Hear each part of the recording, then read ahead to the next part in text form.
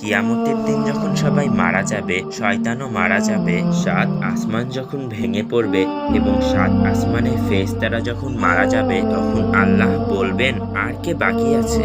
মালাকুল মউত বলবে, আপনার আরশের নিচে আমরা ৪ জন ফেরেশতা বাকি আছি।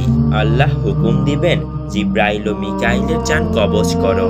আল্লাহর আরশ তখন সুপারিশ করবে, জিব্রাইল ও মিকাইলকে বাঁচিয়ে নিন। আল্লাহ বলবেন, আরশের নিচে সবার মৃত্যু। আর তখন জিব্রাইল ও মিকাইলের মৃত্যু হবে।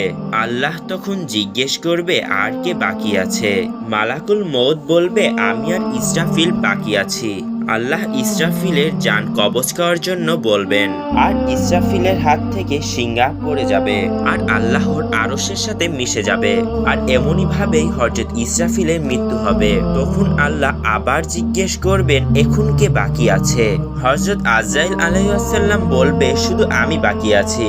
আল্লাহ বলবেন, তুমিও আমার সৃষ্টি, তোমাকেও মরতে হবে, তোমার জান তুমি নিজেই কবজ করো। তখন হযরত আজরাইল আলাইহিস সালাম এমন এক চিৎকার দিয়ে নিজের জান কবজ করবে, যে চিৎকার কিয়ামতের সময়ও কেউ শুনবে না।